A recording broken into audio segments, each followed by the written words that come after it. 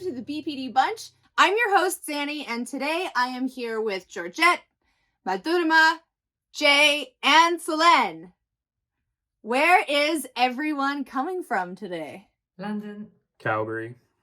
Kolkata, India. New Jersey, USA. And New Mexico, USA.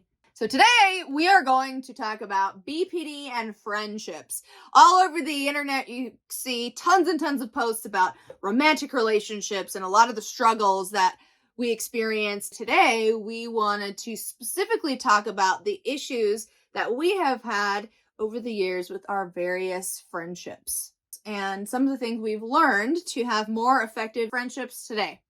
So, Solene, what are you going to tell us about your friendships? It's a really interesting topic because, like you say, we hear a lot about romantic relationships, and for me, friendships have actually been more challenging to manage along the way. So, and it's something that I've never really talked about because I thought, oh, maybe I'm just the odd one out kind of thing. So I'm really excited to hear from everyone. I would say pre-diagnosis, pre-therapy, I was desperate to fit in, had lots of different friends, lots of different groups, but I would just like mask everything, make myself who people wanted to be, try to be cool, you know, all these different things. And I struggled with conflict. So if conflict showed up, I would be like, okay, fine, bye, and just kind of disappear somehow and let things, you know, fizzle out. During therapy, it was like, it almost like I had to go in a bubble. I had messages on all the platforms. I couldn't keep up. I didn't answer to anyone. I felt like I was letting everyone down, really not letting anyone in, and being afraid of even talking about like having BPD and all the things that I was going through. And then now it's like a new phase of like trying to look for relationships that are different, that are healthier, that have boundaries, that I can belong, that I can really be myself. So yeah, I'm like testing different ways and building new relationships, which is really exciting and kind of different. So yeah. Jay, we've never been on an episode together, so over to you. I knew that was coming. Probably a good choice actually, because I feel like I'm the polar opposite. I've always been very all in or all out, all or nothing. My relationships have always been very intense.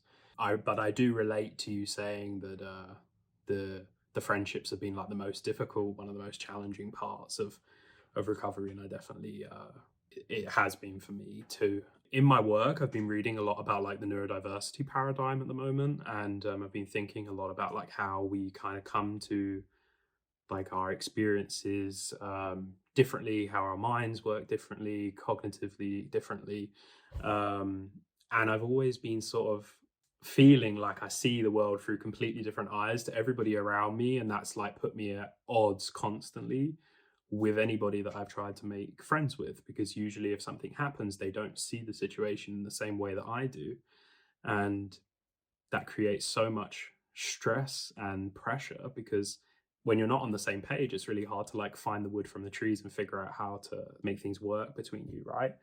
Outside of that, I found that also like there are a lot of communication issues. Usually people don't are not so open to being totally honest with you about how much they can handle if you're having a bad time. And then that's usually been the root of like when I've had situations of abandonment.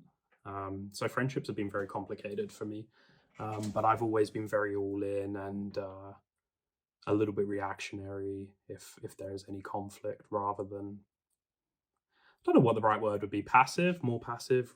I want to avoid the conflict. Georgette, you tell us about your experiences. This was actually when I was first diagnosed, this symptom, like the problems in interpersonal relationships and specifically with friends, I latched onto that and I was like, well, I have a lot of friends. I've had the same friends.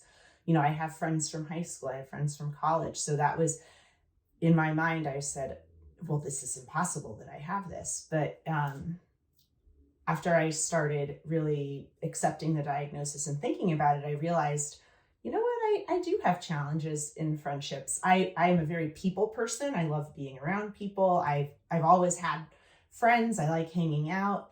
So I've tended to have many friends with a few close friends. I've always had one or two close friends that in high school, I had my friend Kara for a while, who we did everything together. And for a while, it was Jenny, we did everything together. And it would go through people. But I realized that what would happen is the moment there was any kind of like discomfort or conflict, the friendship was over. And maybe not necessarily over like in fiery flames, but just like I didn't feel safe with that person anymore, and they were no longer my one close friend. And I had a lot of other people kind of in the background, that I could be like, oh, well, I'm just going to start hanging out with this person more. So that was my really what I struggled with pre-diagnosis and treatment. I agree with all of you, bits and pieces of everything, and I could relate to most of it, especially to the part where I kind of tend to be all or none when it comes to friends, in all kinds of interpersonal relationships, but especially in friendships. So, what was a real struggle for me is to accept that for somebody else, like be it a friend, be it an acquaintance, they are a person of their own. And there will be parts of them that will work for me and parts of them that won't. So I had a really hard time accepting that I have to accept this person for who they are and not for who I want them to be. And this was one of the major reasons of conflicts that I faced. And it mostly affected me in two ways, and both of them were horrible. Number one would be when my fear of abandon would kick in. So I would feel like, okay, so since we're not like 100% compatible, since we're not 100% matching in all our spiritual and emotional views, so it must mean that this is not going anywhere and this is going to end eventually. So this would kick in my fear of abandonment, and I would either build up walls and push them away, or I would violate my own boundaries and I would forget about my myself and my own needs and priorities, and I would go out that extra mile for them, like even if it cost me in a negative way, just to keep that person in my life. So both of those were not the healthiest way to cope with it. And this was me pre-diagnosis. And it was so important for me to have someone, like have somebody I can call a friend, a best friend in my life, because my sense of self and my identity kind of came from others validating me. So Mm-hmm. if somebody else was telling me that, yes, you're a good person and I like spending time with you, I would definitely cross all lines for them. Like, so what if it hurt me? I I don't care. Like, I can cross lines for that, to keep that person in my life, because they're the one who are giving my life meaning, right? You gave me goosebumps when you were saying. I thought, yeah, that was so well said. So yeah, thank you for sharing. Oh, thank It's you. really hard to, yeah, you want this person to love you as you are, and you want you to be their whole thing, and them to be your whole thing. And when it's not, it's like, are you really a friend? Yeah. Yeah. One thing I thought about that we haven't touched on that I find really hard in friendships is not confusing which emotions belong to which person. Like if I'm really into a very close friendship with someone and we're having a deep conversation and they're having a hard time, I really want to help them because I tend to go Yeah. into that savior mode. Yeah. And there comes a point that after the conversation, I can feel like I'm really angry or I'm really sad. But pre-treatment, I felt this is my emotion and I didn't know what to deal with it, how to deal with it, and or anything like that. And it's like, oh, hang on a minute, maybe I'm just being a sponge for other people's emotions and just blurring the lines between what's happening with me and what's happening with them. It's like I'm completely like, it's like a fusion with this person and their emotion, and just like, yeah, forgetting where one person ends and where one person starts. Yeah. Xannie, what about you? I struggled a lot because, I have some histrionic personality disorder traits along with BPD. And so, like, one of those is the boundaries of closeness for me. I always thought I was way closer to people than they thought they were to me. The concept of acquaintance was foreign to me. It was like, oh, if I've talked to someone, they're my friend. What you were talking about, Solene, about not knowing where you end and another person begins, I've had the same best friend for over 20 years, but things were kind of challenging for us when I was really symptomatic because I would lash out at her and make everything her fault. Even if she's coming to me with a situation like, you hurt me or this like didn't feel right, I would like sort of explode at her and be like, well, you shouldn't have da-da-da-da-da, because I couldn't separate her hurt from my hurt. And then on top of it, I was feeling criticized. And so instead of sitting there and working through it, I was just like, nope, not going to deal with this. This must be, you are the one bringing this to me. Therefore, it is 100% on you. Right? It was a totally faulty logic.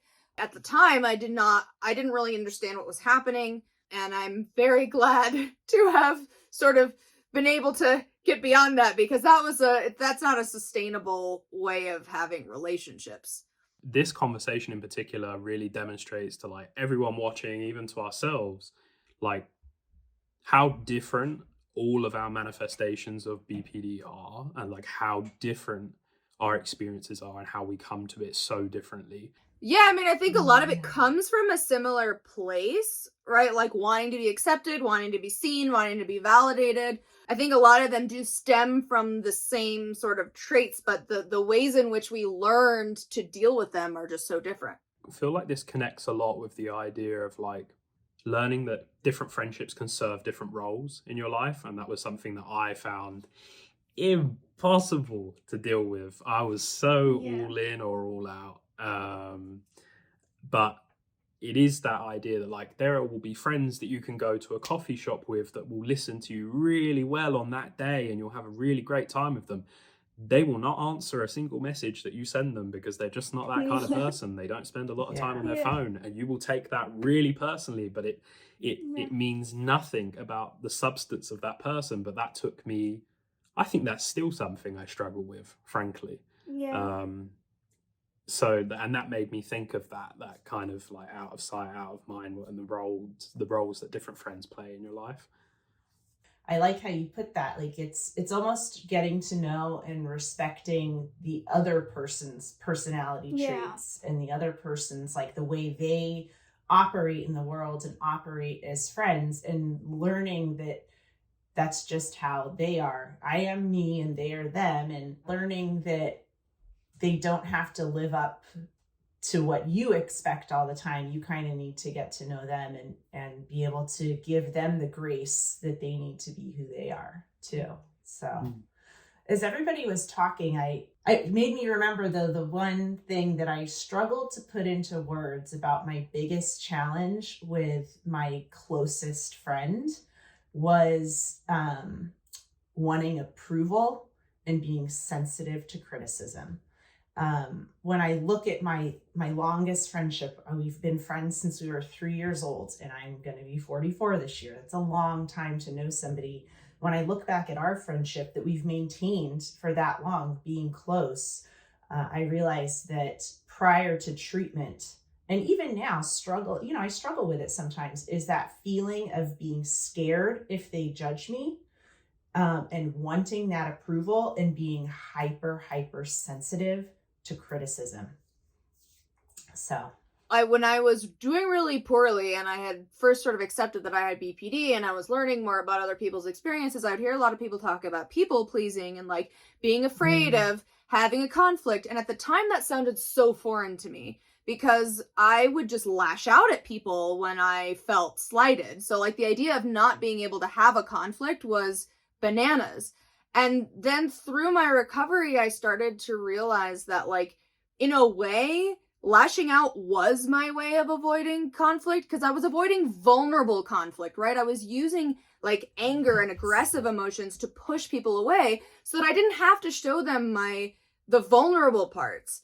And I didn't really become a people pleaser. Yeah, just light the bridge on fire. And then in my early days of recovery, I kind of switched to the other side. It was like, I'm just never going to make someone upset with me. So then I never, ever, ever, ever, ever have to deal with putting those vulnerable emotions out there. So now, at least, I'm not like leaving burned bridges in my wake everywhere.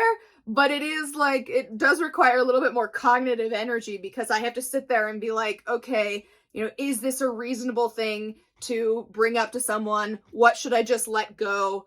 And making those decisions can be very emotionally and mentally consuming.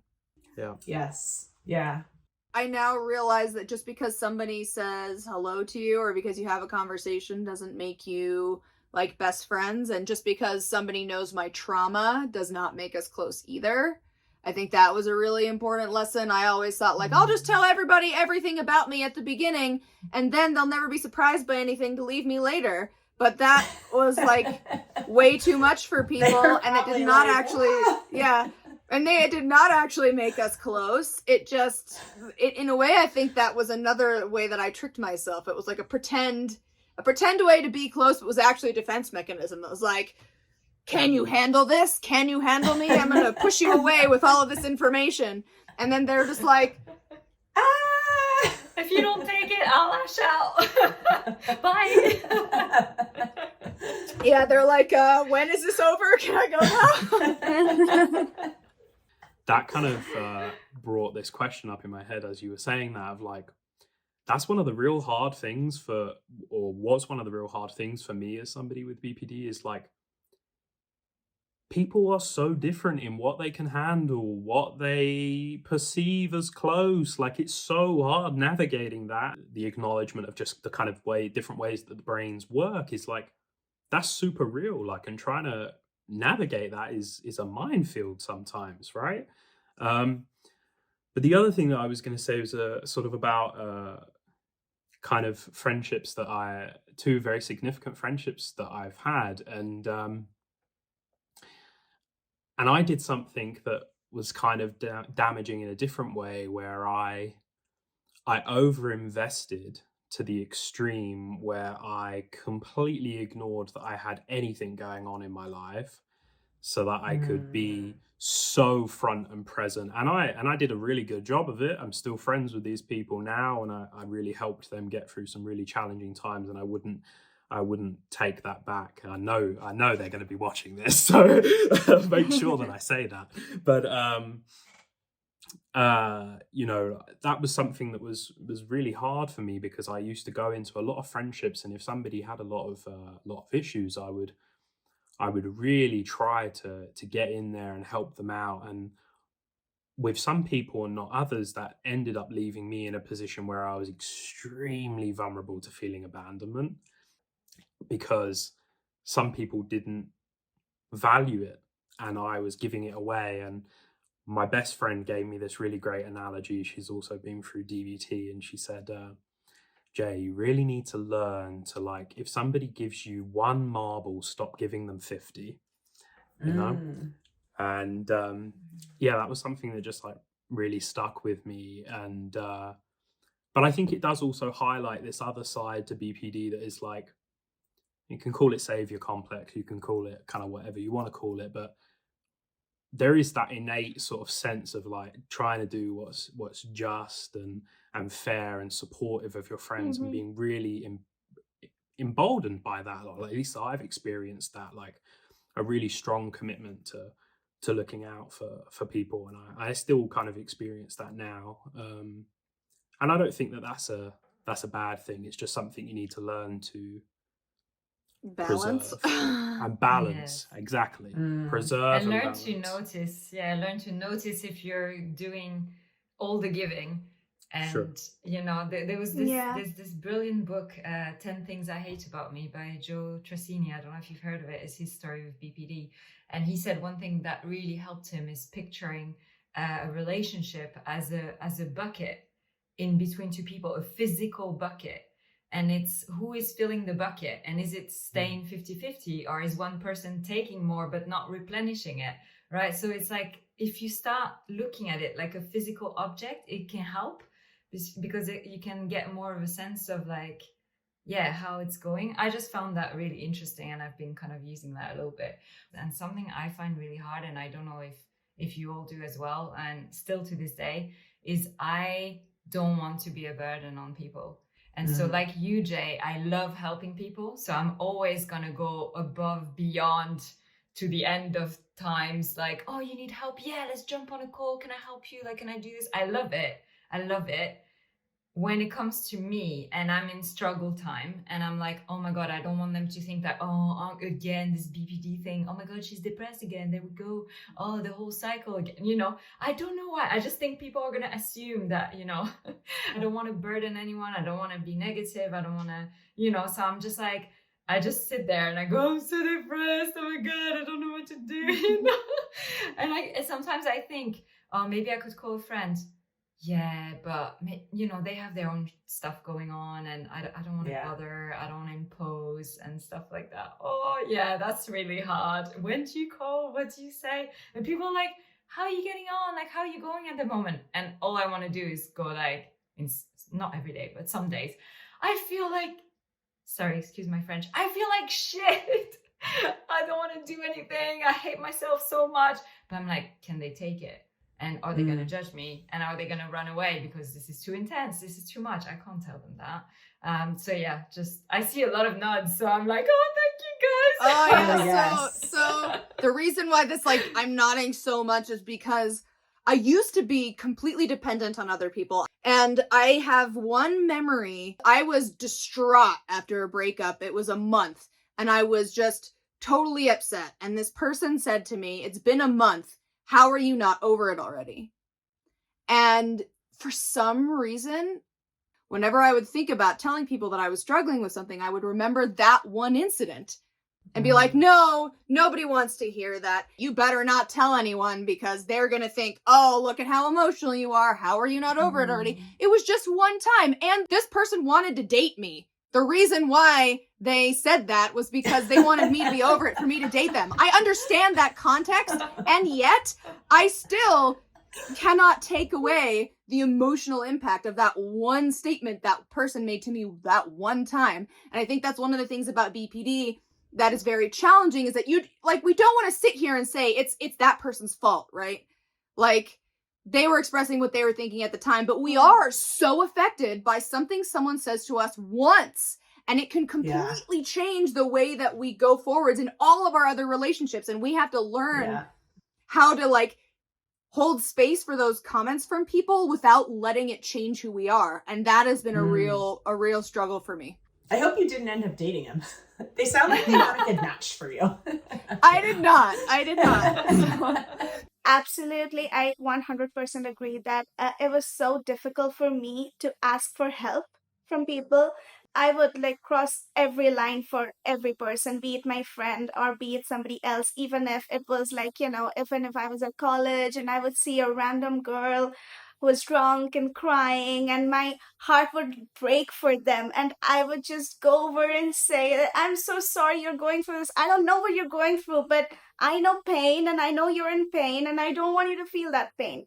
But if I was going through the same thing and somebody else came and did the same thing to me, all I would feel was shame because I thought I would not deserve it. I don't know. It was a self-worth issue. It stems from a lot of things, but I had no sense of personal boundaries, and the fact that they did, it made me feel like they cared less about me because I was always going that extra mile. I was not thinking about myself, but the fact that they were thinking about their own self instead of thinking about me was making me kind of mad. Like, I am putting you above my own sanity, so why can't you do the same for me? So like, sometimes when you're going that extra mile for everybody and they're not doing it for you, so it kind of adds a little bit of bitterness every time that happens. That bitterness kind of piles up, and then you kind of feel bad for feeling bitter because you're like, oh no, I'm being selfish. I want people to help me, but I shouldn't want people to help me because I should be able to do this on my own. But then you feel what you feel, and then it kind of damages your whole relationship. You know, I definitely felt that resentment, but I never really I never internalized it. I never like directed it at me, funnily enough. It was usually like a pretty heartfelt resentment, like for that other person. And I would usually always say to my therapist, like, why do I have to do all of this stuff, learn all of these things? This world is so bloody emotionally incompetent. Yes. Like, Yes. why is it so hard to just I've had care the same about people? conversation. You know what I mean? Like, I've why had is the it same so hard to just conversation. care about people? I'm so related to this. And that brings us very nicely to how you move forward from those feelings. I love how we started, Yes. you know, oh, this is a bit hard, this is, and now we're really And going everyone's for it, like- you know, we're like, this is really... No, because I was like, if I'm going to have the moment, I'm gonna go for it. I feel like you dropped the mic right there.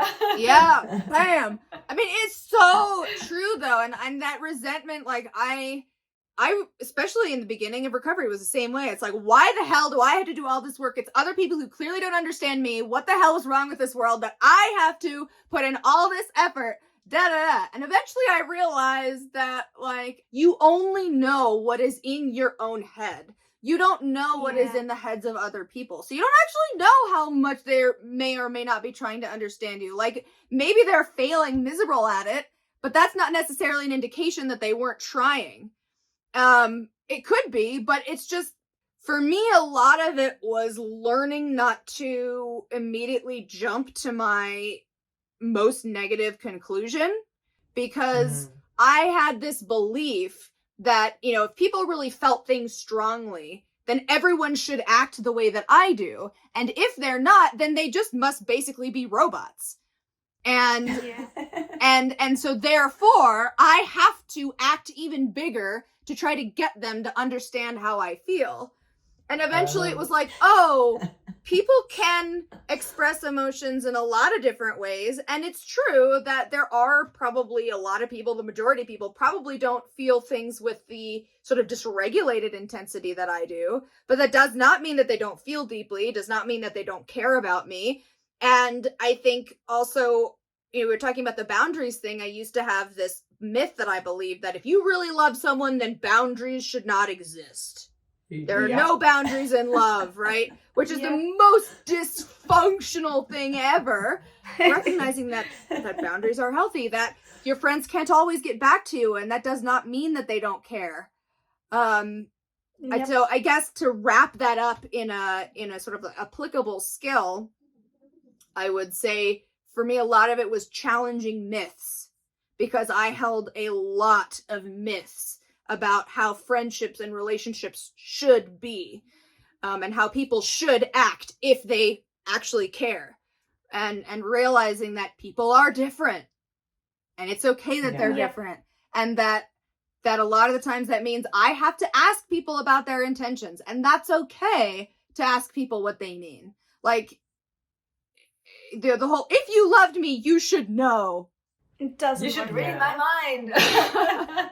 But you know, I think it is totally valid to just say that, like, sometimes it's really hard to tell, like, when somebody deserves what you're giving them and when they don't. And because you don't know how they can respond, it's kind of a trial and error process through the process of which you kind of sometimes get hurt depending on your state at the time, right? So it's really hard. And skills wise, for me, holding space, like, that's something that's been very integral for me, is to sit, hold, and stop.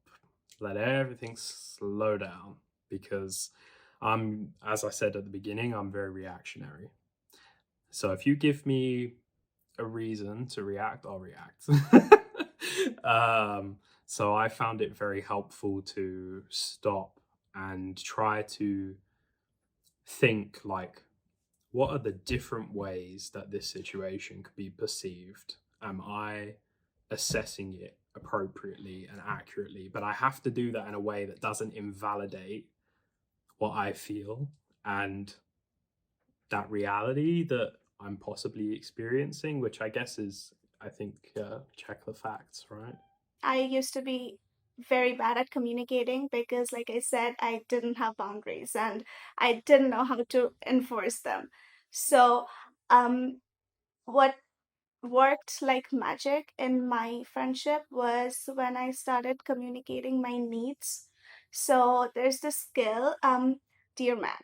It's describe what is going on, express how you feel about it exactly. A for it's assert or ask the other person what you need from the situation. R for reinforce. And man, I think, is be mindful. A for Appear confident. and N negotiate. Right. That is when you might need to compromise in order to reach a middle ground. Dear man worked brilliantly. I mean, I was so bad at communicating. I always thought, like, as we were saying, that it was so hard for us to ask for help or to set boundaries. But once you start to navigate the relationship, once you start to communicate, it all gets easier from there. I mean, it's much easier to tell a friend that um I'm feeling a bit down tonight, so I probably won't make that video call, but could you do it tomorrow instead of, feeling exhausted and tired and waking up for somebody in the middle of the night just to please them and then harbor that bitterness inside that they would never do it for me. The three things that I found most helpful with friendships, one was the objective relationship and the kind of self and values.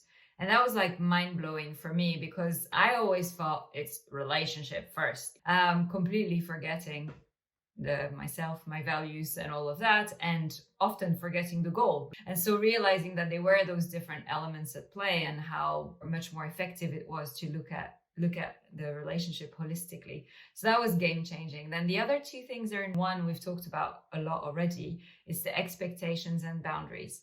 So I used to have very high expectations of myself and others, still struggle with myself, to be honest, and no boundaries, like we said before. Then I was like, oh, this is not working.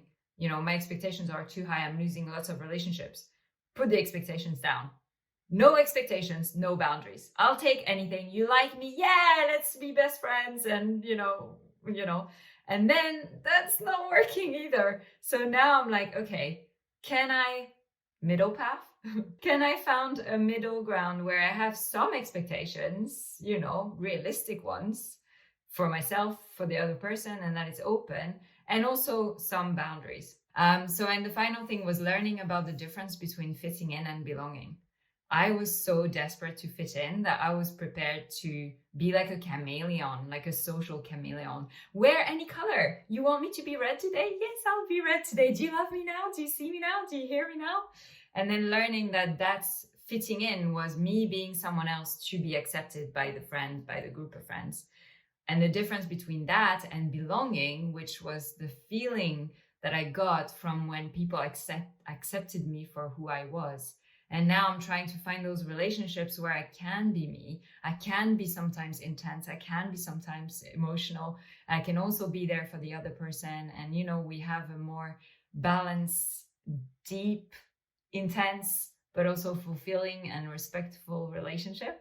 And so I can get that sense of belonging. And that's, it's game changing, to be honest. It's just amazing to know that you can be yourself and the person is not going to run away screaming. Yeah, definitely. So one of the things that I learned, I used to feel like I had to tell people exactly what I thought about something, or I had to stand up for this particular thing, or this had to be a particular way because that was what right was. And I do think there are times when I need to stand up for the things that are right and speak my mind. It's just that I didn't realize that for me to have a life in which, I find meaning and I have relationships, I have to pick my battles. I have to find the things that are worth that battle. And I think what Solene brought up about like relationships versus objectives versus self-respect, I think, when my self-respect is the most important thing, that's when I really go after, saying what I think about something or standing up for something, regardless of the outcome, because that is what's most important. The two other major things that I think really helped me was, we talked about this earlier, diversifying your relationships, meaning having friendships with people who you're able to go to for different things. So like, I'm not going to talk about mental health with my friends who don't really experience those issues. Not because they don't care, but because they just don't have much to say, right? Like, I'm not going to my friends who've never picked up a sewing needle, I'm not going to be like, let's talk about making a dress, right? Like, I'm going to go to my sewing friends to talk about that stuff. And recognizing that people have different interests and respecting those differences and not trying to force people to be into the same things that I am. Because there's a difference, and I think this leads me to the next thing, which is that being willing to see other people for who they are and not who I want them to be. The things that I've learned to make my friendships more successful would be what is something that I need to be sharing with my therapist and what is something that I can share with friends, because I learned that just because you're my friend doesn't mean that you have the qualifications of a therapist. And some of the things that I would share and talk about were more than the person had the capacity for. And it would be scary for them to hear things that I was saying, but my therapist is trained to deal with that. So I learned, like, there's some things that are for friends and there's some things that are for therapists. That was one thing that I learned. The other thing that I learned was, and this was really applicable in my very close friendship, that it was very sensitive in criticism and approval and that kind of cycle and the judgment. I really have to stop and remember that I am me, and I get to decide what is right for me, and I get to decide what is okay for me. And I'm the person I have to answer to at the end of the day.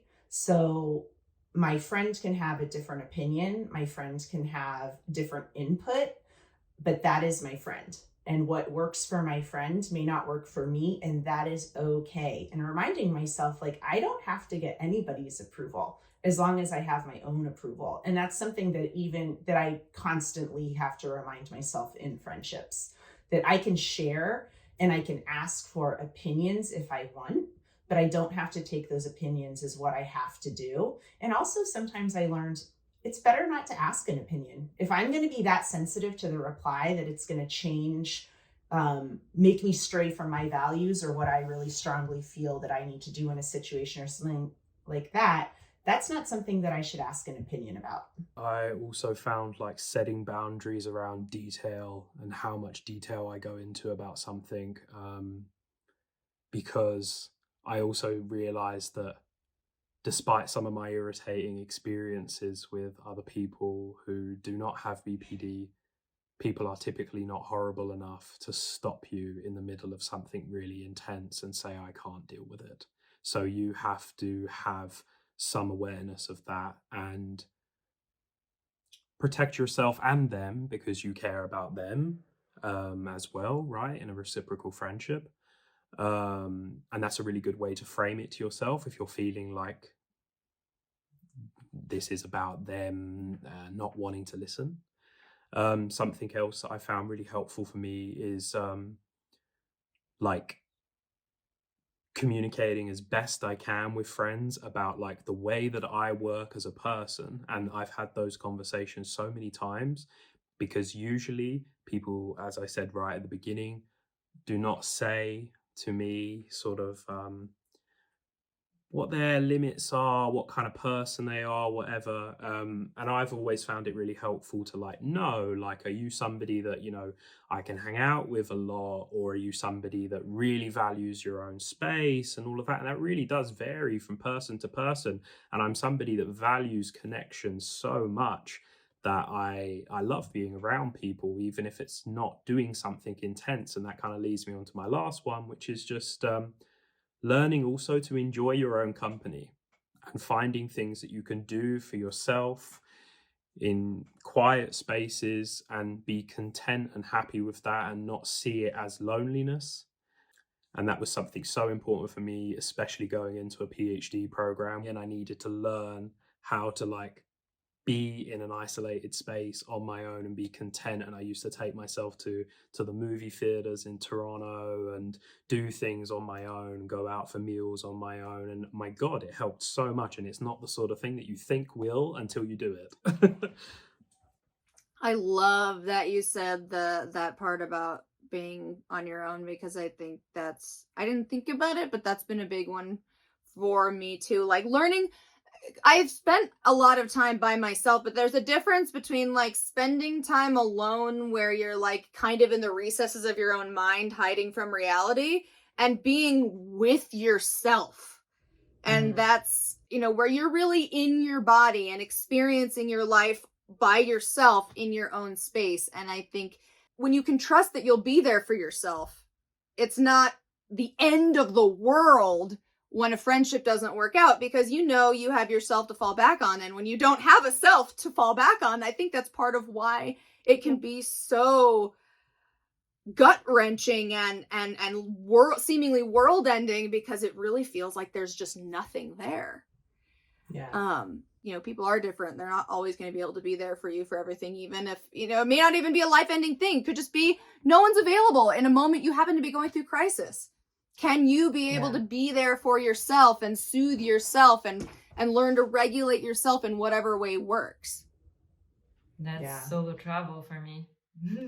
Book a train ticket, book a plane ticket, and go explore a new city by yourself. That's Self-discovery is like so important, and you don't even know that you're missing it unless you've done it. Like I didn't when I first got into recovery, I didn't know that I was missing this huge chunk of me. Like I had no idea of who I was. My idea of who I was other people's versions of who I was. So it's very important to figure out what works for you, what you like, what is your taste in things, and what makes you go, and what is the thing that gives you more joy, and what is the thing that are deal breakers for you. And these are small discoveries that you go through when you're in recovery, and I think that's beautiful, and I think that is something that kind of make the basic steps of